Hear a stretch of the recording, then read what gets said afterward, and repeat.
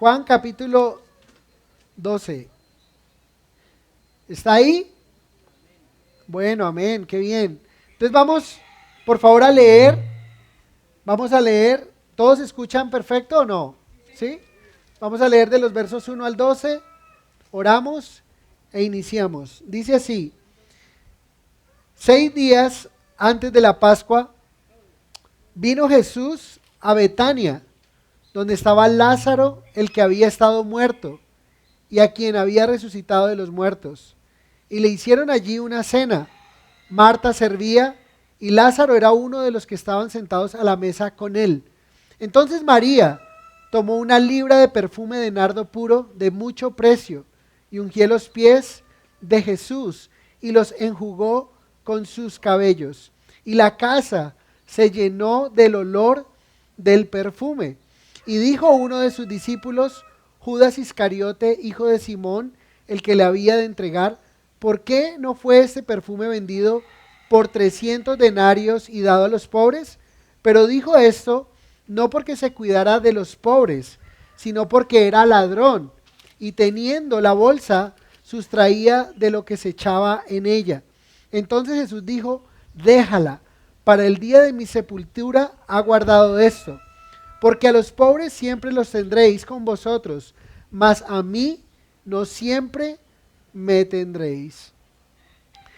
Gran multitud de los judíos supieron entonces que él estaba allí, y vinieron no solamente por causa de Jesús, sino también para ver a Lázaro, a quien había resucitado de los muertos. Pero los principales sacerdotes acordaron dar muerte también a Lázaro, porque a causa de él muchos de los judíos se apartaban y creían en Jesús. Señor, te damos gracias, y en esta hora venimos delante de ti, rogando, Señor, por una bendición especial a través de tu palabra, Señor. Hoy oramos que tu palabra hable a nuestro corazón, Señor, que tu palabra bendiga todo nuestro ser, y que seamos llenos, Señor, de tu conocimiento, y que no solamente sea letra, sino que estas palabras vengan a nuestra vida y nos transformen, Señor. Te lo pedimos en el nombre de Jesús. Amén y amén. Entonces, nos vemos o nos encontramos con este pasaje, y recuerden que quedamos en el capítulo 11 con una intención o con una decisión firme de los líderes religiosos que quieren matar a Jesús. ¿Cuál es la razón de los líderes religiosos? ¿De dónde salió todo esto? Recuerden, tenían en el Sanedrín, Caifás es utilizado para profetizar, y dice: es conveniente que muera una sola persona por todos.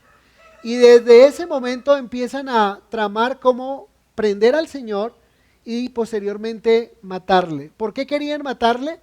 Porque las palabras de Jesús no tenían cabida en el corazón de ellos. Ellos veían que las declaraciones de Jesús eran como una blasfemia. O sea, Jesús en su época fue visto como un blasfemo, es lo que podríamos nosotros decir. Imagínense, lo que Jesús decía era muy fuerte y era muy revelador, porque él se llamaba ser hijo de Dios, se llamaba ser el Mesías, ¿verdad? Con sus declaraciones apuntaba de alguna manera, sus señales apuntaban a ser el Mesías. Ahora, esos judíos tenían la forma de descubrir si lo que Jesús decía era verdad o era mentira o era un impostor. Ellos tenían la forma y tenían las escrituras, pero prefirieron ignorar las escrituras y seguir adelante con su plan de matar al Señor. Jesús, al saber esto, dice que va al norte, hacia Efraín. De Jerusalén se va a una ciudad llamada Efraín con sus discípulos. Aquí entonces encontramos que Jesús va a regresar hacia Jerusalén, ¿verdad? Pero hace una parada técnica, ¿dónde? En Betania, y es lo que nos dice el verso 1. Lo que vamos a encontrar es una adoración de esta familia, y tienen muchos motivos para adorar a Jesús. Pues Jesús acaba de resucitar a Lázaro, recuerden ustedes que tenía 4 días de muerto. Dice el verso 1, 6 días antes de la Pascua vino Jesús a Betania, donde estaba Lázaro, el que había estado muerto y a quien había resucitado de los muertos. Me encanta porque Juan Recuerden, Juan es un evangelista que nos tiene muy, o que nos dice los hechos en el tiempo que ocurrieron, pero también en el lugar donde ocurrieron. Cuando nos dice que son 6 días antes de la Pascua, ¿de qué nos habla? Nos habla que Jesús está a pocos días de ser crucificado. O sea, aquí nos encontramos con la vida de Jesús, el ministerio de Jesús está a punto de llegar a su fin aquí en la tierra. Muy pocos días. Y Jesús hace una parada técnica en Betania. Recuerden que Betania es sonado varias veces, es una aldea importante a las afueras de Jerusalén. ¿Y por qué es importante Betania? Ya hemos escuchado que en Betania vivían Lázaro, Marta y María. Ya hemos visto también y veremos en esta mañana que desde esa aldea Jesús inicia de alguna forma su entrada triunfal hacia Jerusalén y también cuando termina en el templo regresa nuevamente hacia Betania, quizá a pasar la noche allí donde Lázaro, donde Marta y María. En Betania Jesús es ungido. Aquí lo que estamos viendo, ese texto, Jesús está siendo preparado para su sepultura. ¿Sí? María trae este ungimiento a Jesús y eso ocurrió en Betania. Y en Betania también ocurrió algo importante. Cuando Jesús resucitó, tomó a sus discípulos y los lleva a la aldea de Betania, los saca de Jerusalén y los lleva a esta aldea y desde allí asciende a los cielos y les dice que no se muevan de Jerusalén hasta que hayan recibido ¿qué? El poder del Espíritu Santo. Entonces miren que Betania ya lo hemos escuchado y es muy importante, una aldea importante que queda a las afueras de la ciudad de Jerusalén. Desde Betania se puede ver perfectamente toda la ciudad amurallada de Jerusalén. Entonces, es interesante porque ellos están a 6 días de la Pascua. ¿Qué es la celebración de la Pascua? La Pascua es la celebración la primera celebración y la más importante del pueblo judío.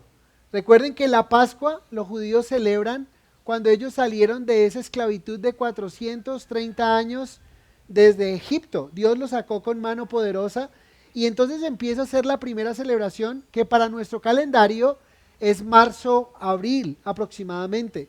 Y entonces en esa celebración encontramos algo muy especial. Es que ellos celebran la liberación de una esclavitud. La pregunta para nosotros es, ¿ustedes y yo podríamos celebrar Pascua o no? ¿Celebramos o no celebramos Pascua? ¿Y cómo la celebramos? ¿Necesitaríamos sacrificar un cordero? Listo, entonces, 1 Corintios 5, 7 al 8, Pablo dice, limpiaos pues de la vieja levadura para que seáis nueva masa sin levadura como sois. Porque nuestra Pascua, que es Cristo, ya fue sacrificada por nosotros. O sea, hoy día, tú y yo, si has creído en Cristo, si has recibido a Cristo como tu Señor y Salvador, como el Cordero de Dios que quita el pecado del mundo, pero de tu vida, entonces tú y yo podemos celebrar la Pascua. Pero Pablo dice algo más. ¿Cómo deberíamos celebrar la Pascua? Miren el verso 8 de 1 Corintios, o voy a leerlo porque ustedes están ahí en Juan 12, dice, así que celebremos la fiesta no con la vieja levadura, ni con levadura de malicia y de maldad, sino con panes y levadura de sinceridad y de verdad. La levadura es un simbolismo ¿de qué? Del pecado. 1 Corintios 5, versos 7 y 8. Entonces Pablo dice ahí, ustedes y yo celebramos a Cristo como nuestra Pascua. ¿Cómo la deberíamos celebrar? Quitemos toda la levadura de nosotros, que no haya malicia ni maldad. Y miren, es triste, pero muchas veces nosotros hacemos celebraciones, o el pueblo de Dios celebraba las fiestas religiosas, pero no purificaban su vida o lo hacían con un corazón de malicia y de maldad. Y Pablo dice, nosotros deberíamos hacerlo recordando a Cristo, pero deberíamos de hacerlo con panes y levadura de sinceridad y de verdad. Entonces cuando celebremos algo, cuando celebremos una fiesta que tenga que ver con fiestas bíblicas, recordemos hacerlo como el Señor quiere que lo hagamos, ¿verdad? De esa manera sería muy, muy especial porque el Señor recibe esta esa forma o recibe nuestra gratitud cuando celebramos correctamente. Entonces, nos dice el texto que Jesús llegó a Betania. No nos dice que llegó a la casa de Marta, de María y de Lázaro, sino que llegó a Betania, donde Lázaro había estado y donde él lo había resucitado. Es lo que nos dice el texto. ¿Y por qué les digo esto? Porque recuerden que nosotros, al leer las escrituras, tenemos algunos evangelios que se conocen como evangelios sinópticos, y tanto en Mateo como en Marcos, recuerden, ¿a cuántos días Jesús llegó a Betania o salió para Betania? Dice ahí. Dice, 6 días antes de la Pascua vino Jesús a Betania. O sea que Jesús llegó a Betania 6 días antes de la Pascua. ¿Están conmigo o no? Pero en Mateo 26 y en Marcos 14 ubican este relato. Mateo lo ubica 2 días antes de la Pascua. Y el lugar en Mateo y en Marcos dice que fue en la casa de Simón el leproso. Entonces, para aquellos que quieren, los que son cazadores de brujas, ¿sí? De alguna forma que quieren encontrar contradicciones o supuestas contradicciones en las escrituras, hay que decir que sí hay discrepancias en las escrituras que tienen cierta conciliación, pero lo que sí hay que decir en verdad, si fue 2 días o si fueron 6 días, es que estas discrepancias no alteran en lo más mínimo ninguna doctrina central o alguna enseñanza fundamental de nuestra fe. Como les digo, cuando ustedes van a Mateo 26, encuentran que es 2 días donde Jesús dice, antes de la Pascua, que Jesús empieza a ir hacia Jerusalén. Entonces la pregunta es, ¿Jesús pasó más días? Quizá fueron 6, pero pasó más días ahí en Betania, después de esta cena, y luego se fue. No lo sabemos, pero lo que les digo es que no altera en lo más mínimo ninguna doctrina central o alguna enseñanza fundamental. ¿Qué es una doctrina central o una enseñanza fundamental de nuestra fe? Imagínense que un evangelio dice que Jesús resucitó, ¿verdad? Pero los otros 3 o 3 evangelistas dicen que Jesús resucitó, pero uno de ellos dice que Jesús no resucitó. ¿Tenemos problema o no? Mucho problema con nuestra fe. Tenemos que cortar ese evangelio de nuestras Biblias, porque nos pondría en serio, en graves problemas, porque nuestra fe está cimentada en la resurrección de Jesucristo. Entonces, cuando encontremos cosas como estas, tenemos que entender que cada uno estaba narrando desde su punto de vista, desde su momento, digamos, pero no son discrepancias que alteren o afecten doctrinas fundamentales. Verso 1, la segunda parte dice que Jesús llegó a Betania donde estaba Lázaro, el que había estado muerto y a quien había resucitado de los muertos. O sea, Juan quiere recordarnos algo. Jesús ha hecho un milagro, el top de los milagros. Imagínense, ¿dónde estuviste? No, en una cena. ¿Y quiénes estaban ahí? No, estaba Jairo, estaba Samuel, estaba Carlos, ¿te acuerdas? Lázaro, el que se murió, también estaba ahí. ¿Cómo así? ¿Cómo así que el que estuvo muerto está ahí? Y Juan quiere que nosotros sepamos y que recordemos que Jesús tiene el poder de resucitar, tiene el poder de dar vida a aquellos que están muertos. Él es la resurrección y la vida. Y saben, hizo lo mismo con nosotros. Tú y yo, Efesios 2, dice que nosotros estábamos espiritualmente muertos en nuestros delitos y pecados. Efesios capítulo 2. Pero el Señor por su gracia nos salvó, nos perdonó y nos dio vida juntamente con Cristo. Entonces es muy especial lo que Juan quiere que notemos aquí, y es que Jesús tiene el poder de resucitar personas de los muertos, que Él es la resurrección y la vida. Y eso, el único que puede resucitar a alguien de los muertos es Dios. Jesús es Dios. Pero veamos los versos 2 y el verso 3. Dice, y le hicieron allí una cena. Marta servía y Lázaro era uno de los que estaban sentados a la mesa con él. Entonces María tomó 1 libra de perfume de nardo puro, de mucho precio, y ungió los pies de Jesús y los enjugó con sus cabellos. Y la casa se llenó del olor del perfume. Wow, aquí encontramos, miren, es inevitable ver estas expresiones de gratitud, de amor por el Señor y de servicio, y es inevitable no ver la iglesia, ¿sí? ¿Por qué? Porque nosotros podemos ver en esta familia, en Marta, en Lázaro y en María, podemos ver diferentes dones, ¿verdad? Y cada uno sirviendo al Señor desde lo que ha recibido de alguna manera. La pregunta es, ¿tenían ellos motivos para hacerle una cena al Señor o no? ¿Tenían motivos o no? Todos, ¿verdad? Imagínate que te devuelve a tu familiar de los muertos. O sea, estuvo 4 días muerto su hermano y ahora ha resucitado. Lo que le parecía una tragedia, el Señor vino y las consoló y trajo este milagro tan maravilloso. Pero quisiera que viéramos estas expresiones de adoración de cada uno y pensáramos en esas expresiones de adoración que podemos darle al Señor con nuestro servicio, con nuestra adoración y de tantas formas. Veamos ahí a Marta. Miren la primera parte que nos dice, hicieron una cena. Y Marta, ¿qué hacía Marta? Servía. Muy bien. O sea que Marta, lo que hicieron fue una comida principal, es lo que quiere decir el texto.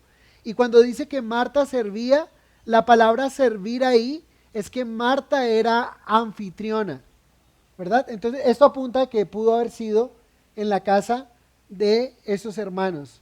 No les dije, pero si fue en la casa de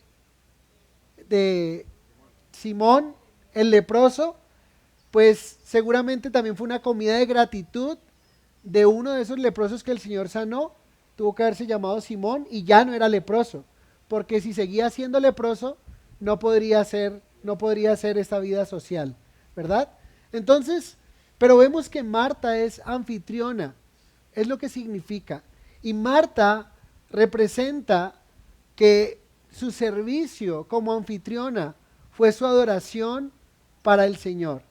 Marta no solo representa el servicio al Señor, sino todos los que servimos al Señor. Yo no sé si ustedes sabían, pero cuando nosotros venimos al Señor y creemos en Él, es como si recibiéramos un kit completo en nuestra vida, donde viene la salvación y donde también está incluida en esa salvación dones o regalos espirituales que Dios nos ha dado a cada uno en particular. No todos tenemos el don de servicio, como evidentemente Marta lo tenía, pero todos los creyentes en Cristo tenemos una responsabilidad y estamos llamados a algo. Estamos llamados a servir al Señor desde el lugar donde Él nos ha puesto y con los dones que Él nos ha dado. Todos, absolutamente todos los que estamos aquí. Si hemos creído en Cristo, tenemos la responsabilidad de servir al Señor con el don que Él nos ha dado. Alguno podría decir, pero pastor, yo no he recibido ningún don. Pero realmente eso no es verdad. Vamos a lo que dice Primera de Pedro capítulo 4, verso 10. Primera de Pedro capítulo 4, verso 10.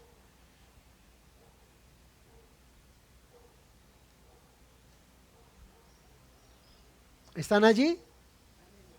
¿O están aquí? Ahí lo pueden leer. Miren lo que está diciendo allí. Cada uno ¿según qué? El don que ha recibido. ¿Qué debería hacer cada uno con lo que recibió? La palabra ministrar significa servir. Cada uno con lo que ha recibido de parte de Dios espiritualmente. Y aquí es donde está el desafío. Yo debo descubrir cuál es el don que Dios me ha dado a mí. Y con ese don yo tomo la decisión si sirvo al Señor o no, pero dice, ministrelo a los otros. Ministrar es servir. O sea, usted tiene que servir a otros con lo que Dios le ha dado. Y dice, ¿cómo debería hacerlo? Como buenos administradores de la multiforme gracia de Dios. O sea que tenemos una responsabilidad de servir a otros, servir al Señor, ¿verdad? En la forma correcta y es como buenos administradores. O sea, si tú has nacido de nuevo, si tú creíste en Cristo, tienes vida eterna, tienes una nueva vida. Pero también con esa nueva vida vienen dones que Dios ha derramado a tu vida, que Dios ha puesto en tu vida. Y que tú estás llamado a ser un buen administrador. Porque noten que si estaba diciendo que hay buenos administradores, entonces quiere decir que también hay ¿qué? Malos administradores. ¿Qué sería un buen administrador de un don espiritual? ¿Quién sería buen administrador de un don espiritual? Aquel que lo pone al servicio de otros, ¿verdad? Alguien que lo usa para el beneficio de otros. Pero ¿quién sería un mal administrador de un don espiritual? Pues alguien que no lo usa, alguien que guarda ese don, o alguien que lo usa para su conveniencia o para abusar de otros. Ese sería mal administrador también, y para lucrarse o por conveniencia. Pero cada uno de nosotros estamos llamados a servir al Señor con lo que Él nos ha dado. Marta tenía claro. ¿Recuerdan a Marta qué le dijo el Señor? Marta, es necesario que te sientes. Ella tenía ese don, ella transpiraba servicio. Pero aquí la vemos sirviendo al Señor como adoración al Señor, y el Señor no le dice nada a Marta de que tenía que sentarse, sino que ella está haciendo lo que le corresponde como buena administradora. Entonces, el ánimo para nosotros es ser fieles con lo que Dios nos ha dado. Que usted ha estudiado administración de empresas, se requieren administradores dentro de la casa del Señor, dentro del templo. Contadores, usted no me está preguntando, pero necesitamos contadores. Noah Ark necesita un contador. Simplemente porque sí, no porque movamos cierta cantidad de dinero, sino que requiere tener un contador, un revisor fiscal para funcionamiento nomás. Y eso tiene unos costos. Y qué bueno que nosotros podamos servir como contador, como administrador dentro de la obra del Señor. Usted sabe de redes sociales, se necesita gente que sepa acerca de que tenga esta habilidad o que tenga este talento, que haya estudiado lo que haya estudiado. El Señor quiere usar todo lo que usted ha recibido y de esa manera poderlo poner al servicio del Señor. Imagínense que a través de las redes sociales nosotros nos hemos dado cuenta cómo estas enseñanzas son grabadas, colgadas en la web o en internet, y termina por allá escuchando a una persona súper lejos, que en Rusia, en lugares muy lejanos, y donde han recibido la palabra del Señor. Y puede ser que tú no seas un predicador, pero al utilizar esta herramienta, pues poner estos mensajes, digamos, a que lleguen a otros lugares para que más personas conozcan al Señor. Y qué bueno que seamos buenos administradores de lo que Dios nos ha dado. Marta lo hizo, pero Lázaro también lo hizo. Miren el verso 2, la segunda parte. Y Lázaro era uno de los que estaban sentados a la mesa con él. Y algunos podrían preguntarme, pero pastor, ¿dónde usted ve a Lázaro sirviendo ahí? Tan chévere que es estar sentado a la mesa. Yo quiero ese servicio, ¿sí? Pero esto nos habla, recuerden, que la mesa en los tiempos bíblicos simboliza hospitalidad, simboliza provisión. También es un facilitador para la unidad, donde hay crecimiento y aprendizaje. Y miren, de aquí podríamos tener una aplicación. Nosotros deberíamos ser intencionales cuando ponemos alimentos en la mesa en nuestra casa. No sé ustedes, pero muchos hogares, el comedor se convierte en una guerra campal, ¿sí? Para que se come todo y ya ahí, ay, que yo no quiero esto, y ya se convierte en una situación. Pero la mesa en los tiempos bíblicos simboliza hospitalidad, simboliza provisión, también es un facilitador para la unidad. Si tú quieres reconciliarte con alguien, la mesa en los tiempos bíblicos, hacer un banquete, era para reconciliar también. Y miren cómo nosotros podemos aprender después de una buena comida, poder también arreglar esos asuntos que no están arreglados. ¿Sabes? El propósito que tenía, además de tenerte en mi casa y honrarte con esos alimentos, era hablarte de esa situación de la cual se presentó la otra vez y quería pedirte perdón o quería que quedara clara esa situación. ¿Sí? Y qué bueno que lo hagas después de los alimentos y no lo hagas antes para que no le vaya a vinagrar los alimentos, como dicen algunos, ¿no? Pero qué lindo, la mesa sirve para todo esto. Jesús usó la mesa para todo lo que les estoy diciendo, para crecimiento y aprendizaje. Jesús se sentaba con sus discípulos, comía con ellos y ellos crecían, aprendían. Entonces en los tiempos bíblicos también, si ustedes recordarán, la mesa, los que han estado en una cena judía, la mesa no era una mesa alta, sino una mesa bajita donde los comensales se recostaban en su brazo izquierdo y se recostaban al pecho del que estaba a su lado. Y si Lázaro es el que está, uno de los que está sentado a la mesa con él, si Marta es la anfitriona y Lázaro es como ese anfitrión de esa casa, seguramente Lázaro estuvo recostado al pecho de Jesús. ¿Se pueden imaginar? Lo que habla la mesa en tiempos bíblicos es comunión con el Señor. Ahora, ¿cómo lo aplicamos a nuestras vidas? ¿Cómo tú y yo podemos tener comunión? ¿Cómo podemos sentarnos a la mesa con el Señor y recostarnos en su pecho? ¿Cómo podríamos hacerlo? ¿Saben cómo? Cuando leemos las Escrituras.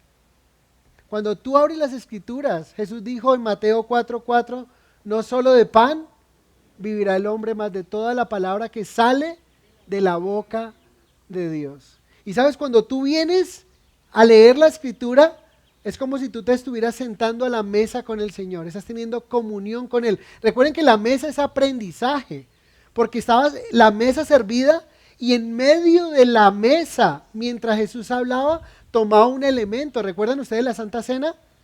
Tomó un elemento de la Pascua y ahí les enseñó. Cuando estaban ahí sentados a la mesa, tomó un lebrillo y fue y lavó los pies de sus discípulos. Les enseñó el servicio, les enseñó la humildad. Jesús enseñaba, usaba la mesa para enseñar. Nosotros usemos la mesa de nuestra casa para ser intencionales y enseñar a los que están bajo nuestro cuidado. Pero también recuerden que la forma en que podemos estar hoy a la mesa con Jesús es cuando tú puedes sacar un espacio y leer las Escrituras. ¿Saben? He estado meditando mucho en esto. Y aquí hay algo que podríamos hablar al respecto. Y es que para los reyes, una de las leyes que tenían los reyes, ¿saben cuáles eran? Deuteronomio 17, dice que, 17:19 dice que una de las leyes que los reyes tenían era que tenían que escribir una copia de la ley del Señor. Un rey de Israel, una ley que tenía era escribir a puño y letra una copia de la ley del Señor. ¿Y qué tenía que hacer? Tenerla. ¿Pero para qué tenía que tener esa ley? Para leerla todos los días de su vida. Escuchen esto, no era para tenerla abierta en el Salmo 90. Bueno, la ley no está en el Salmo 91, ¿no? Pero no era para tenerla abierta ahí, que ustedes han visto esas Biblias que están monas en el Salmo 90, que si uno llegara a mover esa página se rasga porque está ya toda cuarteada. La Biblia no es para que esté abierta en un salmo como si aromatizara la casa en ese salmo. La Biblia fue hecha para que nosotros pasemos tiempo con el Señor. Y sabes, no solo a los reyes se les ordenó leer la Biblia todos los días. ¿Sabes? A Josué, que se le dijo en Josué 1:8, navegantes, Josué 1:8, nunca se apartará de tu boca, sino que de día y de noche meditarás en él, para que guardes y hagas, porque entonces harás prosperar y todo te saldrá bien. Claro, pero leyéndolo, no lo han leído. Samuel, no me haga trampa. Miren, y miren aquí tenemos el todo y el nunca que deberíamos de tener en la mente. A los reyes, todos los días de su vida. Y a Josué, antes de tomar la tarea de reemplazar o de continuar la tarea de Moisés, nunca apartarse. ¿Saben qué significa eso? Nunca dejar de leerla. Y todos los días había que leerla. Esos son los todos y los nunca que nosotros deberíamos tener en nuestra mente y nuestro corazón. Nunca apartarnos de las Escrituras. ¿Y sabes? Pero vamos a más allá. Al profeta Ezequiel se le ordenó comer el rollo. Fue más allá. A él se le ordenó comer el rollo de las Escrituras. Y dice que le supieron como a miel. Pero ¿saben lo que significa esto? No que vayas y entonces arranques una página y entonces lo cojas como envuelto. Ya no es el envuelto de tamal, sino que la Biblia envuelves ahí, te comes un rollo. No, tienes que digerir lo que estás leyendo. Porque Ezequiel no podía ser el mensajero de esa palabra hasta que él la interiorizara, hasta que él la digeriera realmente como debía hacerlo. Y para nosotros es igual. Pero sabes, he escuchado muchas personas, aún cristianos, diciendo: pastor, es que no me queda tiempo, es que no tengo tiempo. Y sabes, esto realmente es incoherente. Porque es incoherente no tener tiempo para Dios y desear pasar la eternidad junto a Él. Es muy incoherente que usted no tenga tiempo para Dios, pero que desee pasar una eternidad con Él. ¿No le parece que, aquí hay algo que no cuadra? No puede sentarse a la mesa con el Señor porque tiene tanto que hacer. No puede recostarse a su pecho porque Él tiene tanto que decirle, pero tiene tanto usted que hacer que no puede. No, pastor, si usted supiera, si yo paro, no puedo. Pero entonces es incoherente que tú digas esto, porque si no tienes tiempo con Dios, para Dios, ¿cómo puedes desear pasar la eternidad junto a Él? Y si no amas la palabra, no puedes amar al personaje central de ella. ¿Quién es el personaje central de la Escritura? Jesucristo. Miren, si ustedes no aman la palabra, si yo no amo la palabra de Dios, no puedo amar el personaje central. ¿Sí? Como cualquier libro que tú puedes ver, tiene un personaje central, ¿verdad? Y puedes conocer acerca de ese personaje. La Biblia son 66 cartas que nos hablan, 66 libros que nos hablan de ese personaje central. Y la idea es sentarnos ahí como sentarte a la mesa. Entonces ven que lo que Lázaro hizo también era adoración. Marta adoró a través de su servicio. Lázaro adoró sentado a la mesa. Pero no solamente esto. Lázaro, además de la comunión, Lázaro fue un testimonio vivo del poder del Señor. Lázaro daba testimonio de Jesús por el hecho de estar sentado a la mesa, estar vivo y estar sentado allí. Vean el verso 9 al 11. Miren lo que ocurrió y miren la importancia de un testimonio. La importancia de un testimonio. Versos 9 al 11. Gran multitud de los judíos supieron entonces que Él estaba allí. O sea, que Jesús estaba allí. Y vinieron no solamente por causa de Jesús, sino también, ¿para qué? Para ver a Lázaro, a quien había resucitado de los muertos. Pero miren el verso 10. Pero los principales sacerdotes acordaron dar muerte también al pobre Lázaro. O sea, acaba de resucitar y ya lo quieren matar.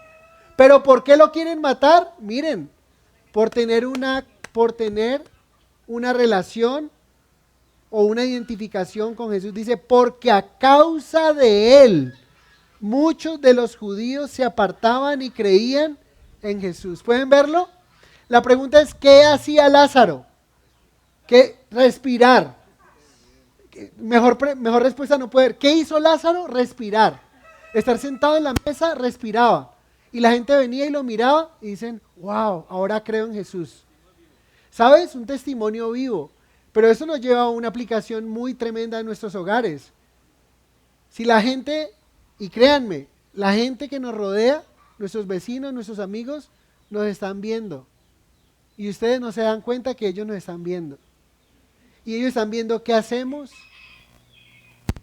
cómo vivimos. Y la pregunta es, si nuestros vecinos fueran a nuestra casa a observar cómo vivimos, ¿eso haría que ellos creyeran en Jesús o los alejaría del Señor? Saldrían corriendo y los alejaría y dirían lo que dicen mucho: por eso yo no soy cristiano. ¿Han escuchado alguna vez? Por eso yo no soy cristiano. Es una excusa una excusa y una mala excusa, porque tendrán que rendir cuentas delante del Señor. Y no estamos hablando de que en nuestros hogares no pasen cosas que no deberían pasar. Porque en cualquier hogar donde hay pecadores, ¿verdad? Todos somos pecadores, ocurren cosas que no deberían ocurrir, pero que ocurren cuando le damos rienda suelta a nuestra carne, cuando no leemos la Biblia todos los días de nuestra vida. ¿Saben por qué la leemos? ¿O porque el Señor le dijo al rey que la leyera todos los días de su vida? Para que aprenda a tener temor de mí. ¿Y dónde está la sabiduría? Proverbios dice que la sabiduría está en tener temor del Señor. Y por eso es tan importante que nosotros vayamos a las Escrituras, podemos comer las Escrituras y procesarlas y meditar en ellas y aplicarlas en nuestra vida. ¿Pero qué está haciendo Lázaro? Nada. O sea, Dios lo resucita, Jesús lo resucita y ahora lo quieren matar simplemente porque respira. Noten que este hombre está dando testimonio de Jesús. La gente no vino solo por Jesús, vino a ver a Lázaro. Y cuando vieron a Lázaro, entonces creyeron en el Señor. Y dice, porque a causa de él muchos de los judíos se apartaban y creían en Jesús, por eso querían matarlo. Y recuerda esto, cuando te identificas con Jesús, puede generar en algunas personas un rechazo hacia tu vida o unas expresiones terribles hacia tu vida que tú no entiendes. Yo he visto personas que puedo percibir que me tienen una rabia y un odio simplemente porque saben que soy un hijo de Dios.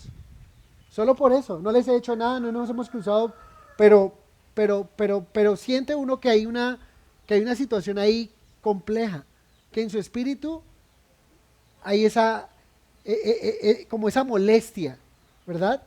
Y más cuando haces algo, más cuando das testimonio audible, porque entendamos algo, nosotros vamos a dar testimonio, el Señor quiere que nosotros demos testimonio de lo que Él ha hecho en nosotros, y en algunos momentos necesitaremos las palabras.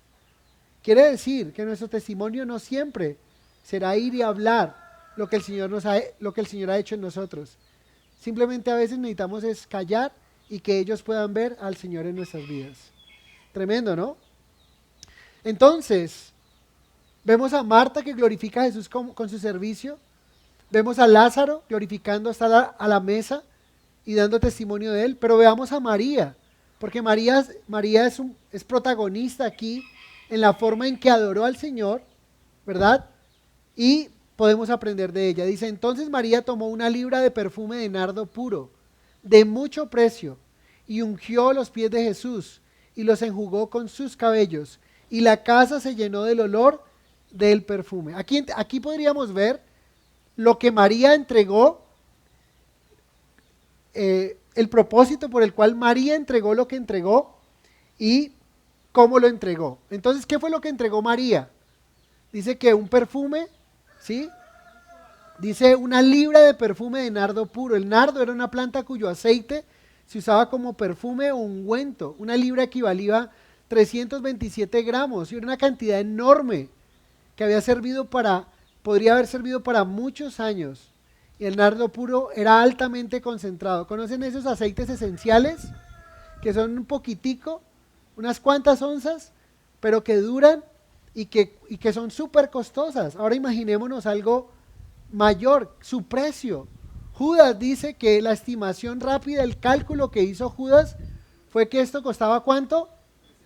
300 denarios. Y un denario era el jornal o era la paga de un jornal de un día de trabajo. Estamos diciendo que esto tenía alrededor un costo de 300 días de trabajo, un año de trabajo.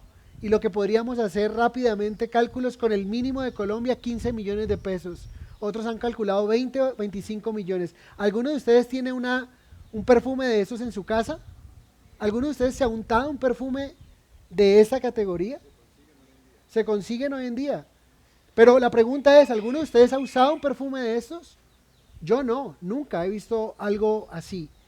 Y es importante que veamos porque lo que hizo María es que ella entregó la posesión más valiosa que ella tenía.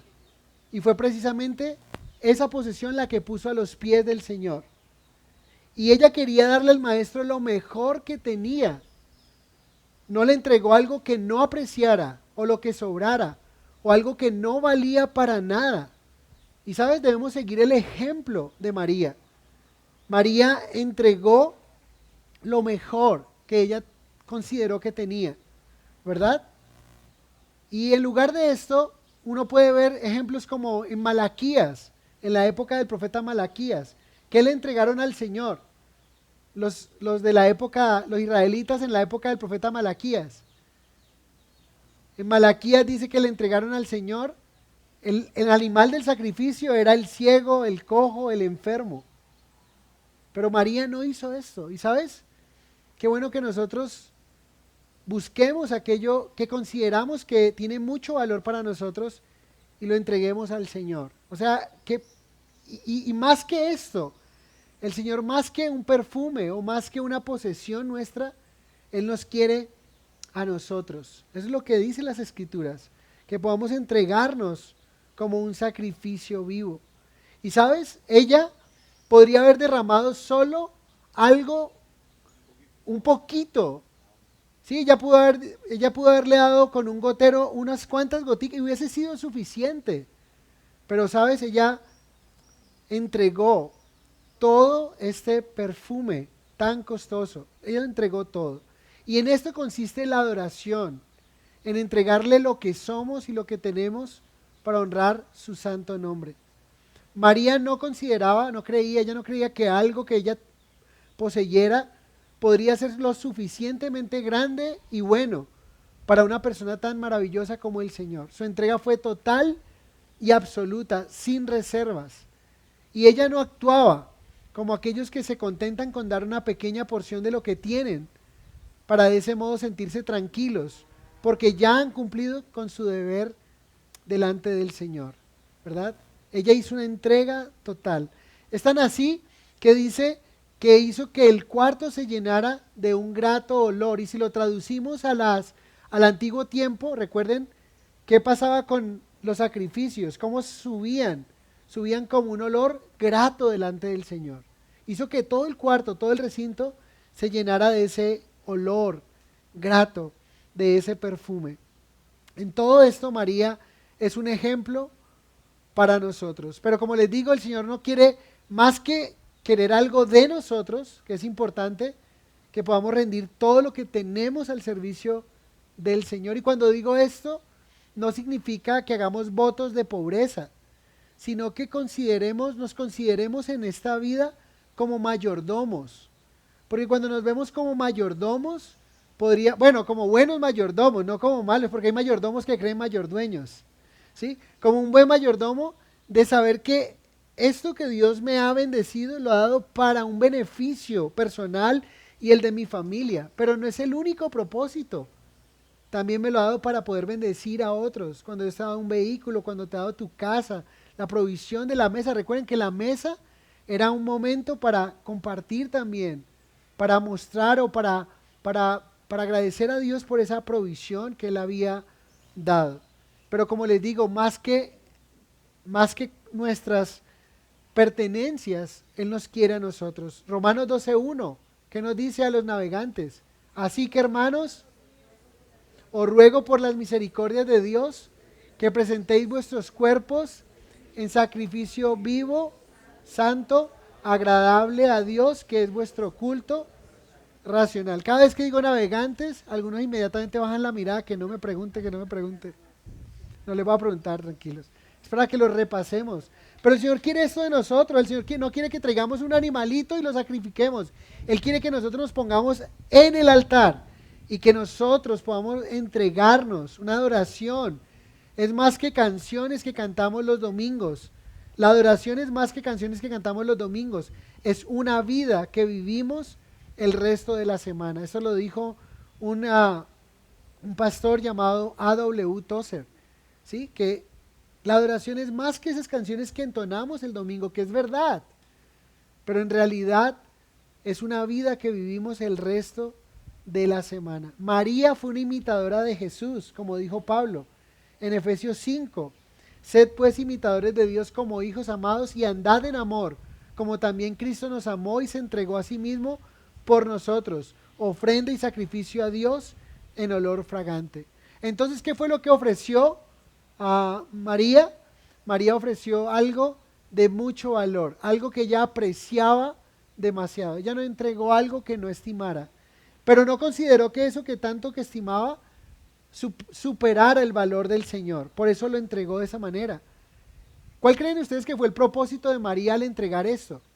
¿Creen que tenía algún propósito al entregarlo? Gratitud, muy bien. ¿Qué otro propósito tenía? Acto de amor, reconocimiento. Ella está valorando la persona de Jesús. Y sabes, cuando nosotros también venimos delante del Señor, o una persona que no ha sido salvada por Cristo, difícilmente podrá entender lo que María hizo y tampoco podrá ofrecer su amor y adoración como ella lo hizo. ¿Sí? Las personas no entienden por qué nosotros, hay personas que de alguna manera ustedes le han preguntado a las personas, por ejemplo, por qué muchas personas no se congregan un domingo. ¿Saben por qué? Porque ellos dicen, yo trabajo, me levanto, mire usted no sabe, yo me levanto desde las 4 de la mañana de lunes a sábado. Y el domingo es el único día que tengo y ese día no madrugo. Y para ir a una iglesia, y sabes, y ese pensamiento, muchas veces la gente afuera dice lo que nosotros en algún momento en nuestra carne, que sentimos y demás, pensamos. Pero algo que me ayuda a mí siempre a pensar y de tener esos pensamientos en mi mente y en mi corazón, no porque sea el pastor, porque cuando no era el pastor como oveja también pensaba de esa manera, es cuando tú vas y te levantas desde las 4 de la mañana, de lunes a sábado, ¿para quién lo haces? ¿Lo haces para Dios? Tú te levantas a las 4 de la mañana a preparar, a correr y a alistar, y tú no lo haces para Dios, es una responsabilidad que tiene, y claro que honras al Señor cumpliendo con tu rol, pero tú lo haces para traer el pan de tu casa, de tu familia, tú lo haces para sostener tu familia. Pero sabes, el domingo, que es el día del Señor, ¿cómo debería ser nuestra actitud al levantarnos? Señor, este día es para ti, este día es un día que he sido apartado para ti. Y no vengo a una esclavitud. Por ejemplo, los que servimos, venimos es con un gozo a servirte a ti porque tú mereces. O sea, yo no puedo considerar que lo que tú hiciste por mí, lo que yo haga por ti sea mayor de lo que tú hiciste por mí. No es posible, no cabe en mi mente. Y eso nos da ese ánimo. Y yo creo que María pensaba de esa manera.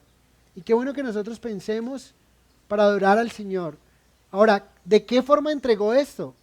María no solamente entregó lo más costoso que ella y más preciado que tenía, María lo hizo con un propósito de gratitud, ¿verdad?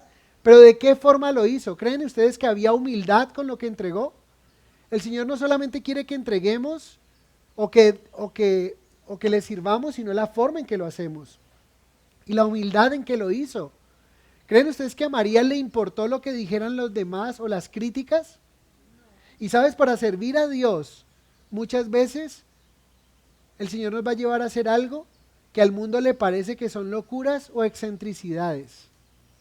¿Sí? Imagínense un perfume de 20 millones de pesos, de 15 millones de pesos, es algo excéntrico. ¿Sí? Y derramarlo en los pies de una persona. Para el mundo, eso es una locura. ¿Sí? Como lo dijo Judas y lo veremos. Pero para María se lo estoy ofreciendo al Creador del cielo, del universo, al Señor de señores. O sea, Él lo merece todo, esto no es nada. Pero miren la diferencia cuando pensamos lo que ofrecemos y el valor que le damos a lo que ofrecemos, a quien se lo ofrecemos. Porque si se lo damos a alguien que no lo merece, pues mejor lo guardamos.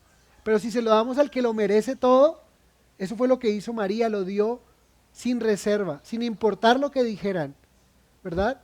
Y nosotros también debemos hacer lo mismo, servir al Señor sin importar lo que las personas que no entienden lo que el Señor ha hecho por nosotros, ¿sí?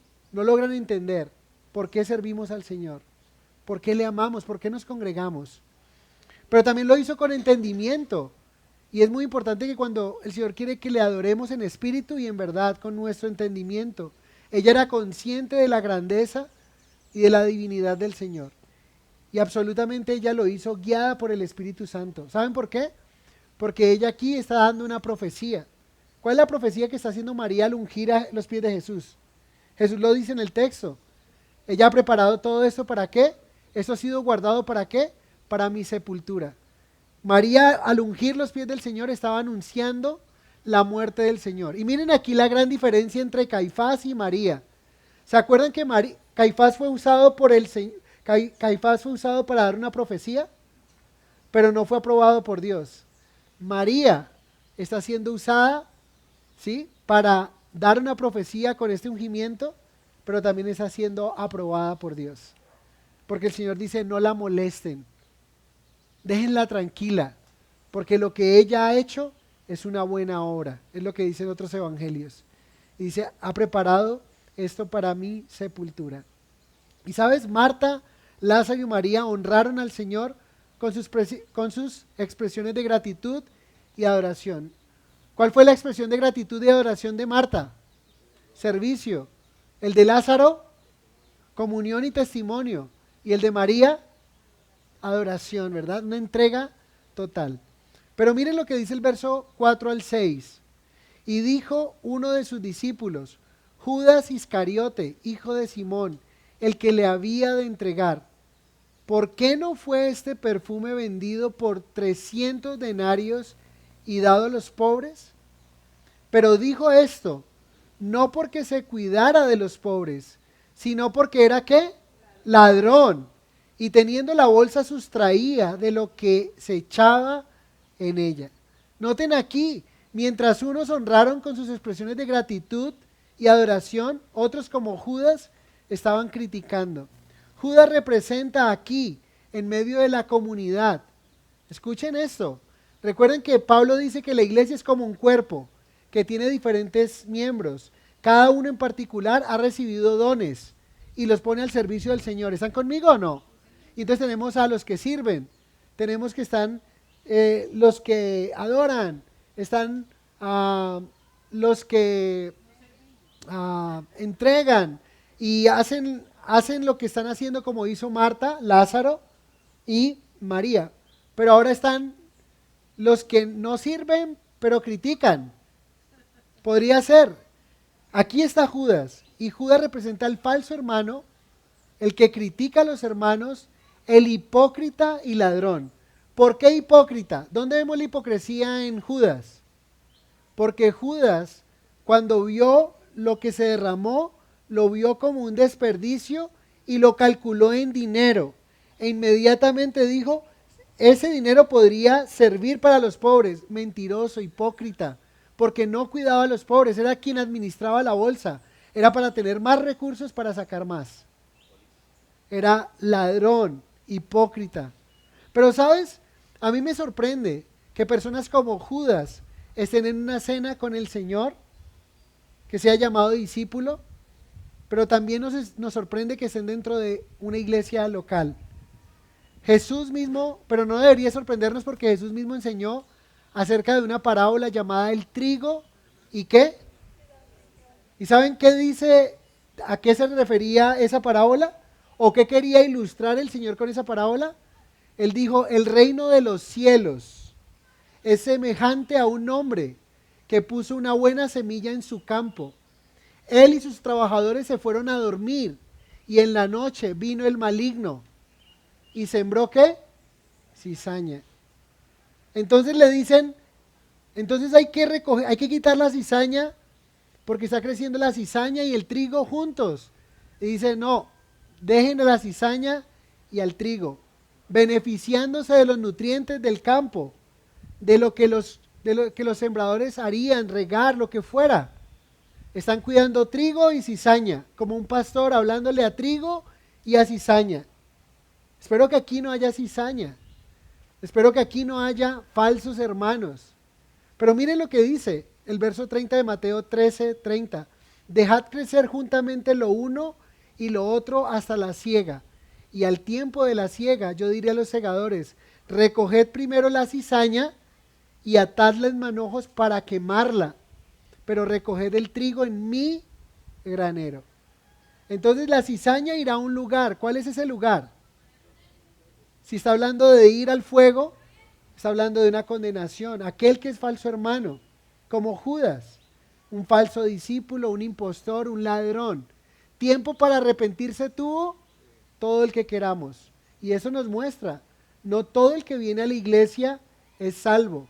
¿Qué anhela uno? Yo al ver sus rostros, yo al ver a cada uno de sus rostros, yo no podría decir, aquí hay uno donde yo sí definitivamente pienso que este es una cizaña, ¿no? ¿Y uno qué anhelaría como pastor? Y es más, hoy, si usted fuera un falso hermano, usted no ha nacido de nuevo. La oportunidad que usted tiene de parte del Señor es que se arrepienta. Porque nuestra forma de recibir o de nacer de nuevo es creyendo en Cristo Jesús, ¿verdad? Creyendo en Él. Es por medio de la gracia que podemos crecer. Pero entonces no todos los que vienen a la iglesia son salvos, no todos han nacido de nuevo, no todos son genuinos en cuanto a su fe en Jesús, y el Señor lo sabe. En Juan capítulo 2, Él dijo que muchos al ver los milagros que Él hacía, creyeron en Él, pero Él no se fiaba de ellos porque sabía lo que había en el corazón de ellos. ¿Qué quiero decir, hermanos, con esto? Que necesitamos pedirle al Señor, y cada uno en esta mañana debería pensar, si el Señor viniera hoy, yo me voy con el Señor. Yo he nacido de nuevo, en verdad. Yo soy un hijo, una hija de Dios. Qué bueno que usted tenga esa seguridad en su espíritu, en su mente, en su corazón. Ahora, ¿cómo ocurre esto? Esto ocurre cuando usted recibe a Jesús, cuando usted cree en Él. Es lo que dicen las Escrituras. Si usted cree en Él, tiene vida eterna. Pero hemos dicho que Judas representa ¿a quién? Al falso hermano, representa al hipócrita, al ladrón y aquel que terminará en el lago de fuego y de condenación. ¿Están conmigo o no? Pero ¿sabían ustedes que no fue Judas el único que dijo esto? Y aquí se pone más difícil la cosa. ¿Sabían ustedes que Judas aquí en el Evangelio de Juan nos pone a Judas? Pero en los otros evangelios sinópticos, algunos discípulos secundaron lo que Judas hizo. Como cuando Pedro decía algo y los discípulos también querían hacerlo, pero Pedro era el metelapata. Aquí fue Judas, porque era el falso, hipócrita y ladrón. Eso no dice de los otros discípulos. Y eso nos debe regalar una enseñanza a nosotros. Miren lo que dice Mateo 26:8. Al ver esto, los discípulos se enojaron diciendo, ¿para qué este desperdicio? ¿Qué les pareció a los discípulos? Algunos discípulos con Judas, ¿qué les pareció? Desperdicio. Para María era, nada de lo que yo pueda dar puede superar la grandeza de la majestad del que estoy adorando. Nada de lo que usted haga ni dé supera la grandeza del Señor, ni de lo que Él hizo por usted, ni Él será deudor de usted. ¿Está o no está? Pero miren lo que dice Marcos 14:4. Y hubo algunos que se enojaron dentro de sí y dijeron, ¿para qué se ha hecho este desperdicio de perfume? Y murmuraban contra ella, el verso 5. ¿Quiénes murmuraron y quiénes se enojaron según esos dos versículos? Otros discípulos dentro de sí. Judas fue quien lideró, porque era ladrón, hipócrita, y fue el que dijo, le puso precio, y habló de los pobres. Y el Señor lo calló. Pero tengan mucho cuidado con los que son falsos hermanos, con los que son Judas, con los que son cizaña, y vengan a dañar su corazón. Y vengan a poner en su corazón que usted termine secundando a un falso hermano. A una persona que no ha nacido de nuevo en realidad. Y si no es hijo de Dios, es un hijo del diablo. Y saben, colocan cara de apariencia de piedad, como Judas. ¿Cuál fue la apariencia de piedad de Judas? Ay, los pobres. Con esto hubiéramos comprado tanto alimento para los pobres. Mentiroso, ladrón, hipócrita. Pero tenga mucho cuidado de estar escuchando personas cizañosas, mentirosas, o que un falso hermano termine de alguna manera poniendo en su corazón algo que usted termine secundando y cuando se da cuenta está secundando algo que el Señor no honra. Sí lo podemos ver ahí, ¿no? Tenaz. Tengamos mucho cuidado con esto. Miren el verso 7 y 8. Vamos a ver cómo el Señor honra a los que le honran. Dice versos 7 y 8. Entonces Jesús dijo, déjala, para el día de mi sepultura ha guardado esto. Aquí le está hablando en primera persona, seguramente a Judas. Dice, porque a los pobres, ¿qué está diciendo? Siempre los tendréis con vosotros, mas a mí no siempre me tendréis. Aquí Jesús está hablando de su muerte, que le quedan pocos días y él sabe que va a morir. Y noten que cuando el Señor se dio cuenta que los líderes religiosos lo querían matar en el capítulo 11, ¿qué hizo? Se fue a la ciudad de Efraín, al norte. ¿Porque tenía miedo? No, porque tiene control de los tiempos. ¿Por qué yo sé que no tiene miedo? Porque 6 días antes de su Pascua, sabiendo que lo van a matar, se está acercando cada vez más, viene a Betania y luego vendrá a Jerusalén. Él no tiene miedo, pero él tiene control de los tiempos. Él lo que no quiere es que nada se adelante del tiempo de la voluntad del Señor. Dice, porque Jesús entonces dice, déjenla, Él está honrando, porque aquí el Señor está haciendo lo que dijo el profeta Samuel o lo que dijo el Señor a través del profeta Samuel al sacerdote Elí. En primer libro de Samuel 2:30, la segunda parte dice, porque yo honraré a los que me honran y los que me desprecian serán tenidos ¿en qué? En poco. Noten la palabra, y los que me desprecian. ¿Cómo vieron ellos el derrame del nardo en los pies de Jesús? Como un desperdicio. Ellos despreciaron la adoración de María. Jesús honró a María, a Lázaro y a Marta. Pero Jesús dijo categóricamente que dejaran a María de alguna manera y que no interfirieran en lo que ella había hecho. Entonces el Señor honró a María, ¿verdad? Y no permitió que la estorbaran. Y no debemos interpretar el acto de María y la respuesta de Jesús como un permiso para olvidarnos de los pobres. Ese no es una licencia para dejar de hacer lo que podemos hacer con aquellos que necesitan y que nosotros podemos ayudar. Pero aquí está hablando de una situación puntual. O sea, lo que está diciendo es, lo que ella hizo estuvo bien, fue una muy buena obra. Y como les decía, a diferencia de Caifás, quien fue usado pero no aprobado, María fue usada y aprobada por Dios. Leamos nuevamente, o vemos los versos 9 al 11, que ya los leímos, cuando vimos a Lázaro, ¿recuerdan? Del 9 al 11, ¿qué estamos viendo aquí? ¿Por qué los principales sacerdotes quieren matar a Lázaro? Porque muchos están creyendo en él, pero ¿saben? Hay otra razón interesante, y es que los principales sacerdotes en su mayoría eran saduceos, y saben que los saduceos teológicamente no creen en la resurrección de los muertos. ¿Y cómo hacen con esa evidencia de alguien que resucitó de los muertos? Pero imagínense esto, y con esto vamos cerrando. ¡Qué loco! O sea, ¿ves la evidencia del poder de Dios? En lugar de ajustar tu teología, nosotros no creemos en la resurrección de los muertos. Entonces, como este resucitó de los muertos, matémoslo. O sea, quitemos para que sigamos creyendo lo que creemos. Y ustedes pueden ver las herejías, así son las herejías y las sectas. ¿Saben qué hacen? Toman la Biblia y la trasquilan o la cambian. Pero nosotros, nuestra fe, nosotros tenemos capacidad de presentarle el Evangelio a cualquier persona partiendo desde cualquier versículo de la Escritura, como Felipe, cuando le preguntó acerca del profeta Isaías, ¿de quién dice? ¿De él o de otro?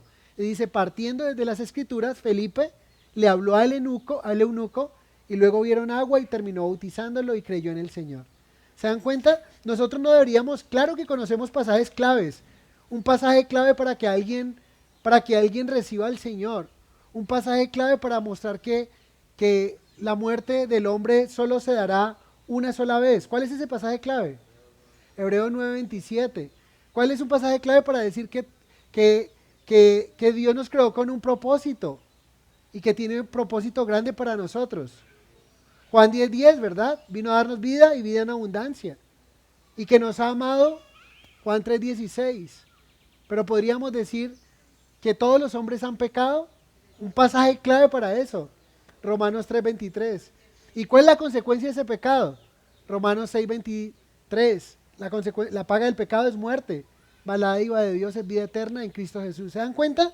Entonces tenemos la palabra de Dios y podemos tener versículos claves para guiar a alguien a la salvación. Pero nosotros debemos estar diestros en toda la Escritura, de Génesis a Apocalipsis. Y eso fue lo que hicieron estos saduceos. Su ceguera los llevó a hundirse más. Y aquí hay una aplicación. Un pecado sin arrepentimiento lleva a otro mayor, trayendo mayor consecuencia. Es como una espiral descendente. Por eso lo mejor que podemos hacer es, cuando pequemos, y somos reargüidos por el Espíritu Santo, pedirle perdón al Señor. Amén. Entonces vemos aquí, gloria al Señor, por aquellos que podemos servir. Y recuerden, sirvamos a Dios como buenos administradores, desde el lugar donde Dios te ha puesto, anfitriones, desde el lugar donde Dios ha puesto los de la alabanza, a los que son maestros de niños, maestros en diferentes escuelas de educación bíblica, ¿sí? A los jóvenes, a los adolescentes, que nosotros podamos realmente ser fieles, fieles en todo lo que servimos al Señor. Que podamos recordar que podemos tener comunión con el Señor cuando venimos a las Escrituras, que necesitamos dar testimonio, ¿verdad? Y que no seamos tropiezo a aquellos que quieren adorar al Señor. Y recuerda que Dios honra a los que le honran, pero los que le desprecian serán tenidos en poco.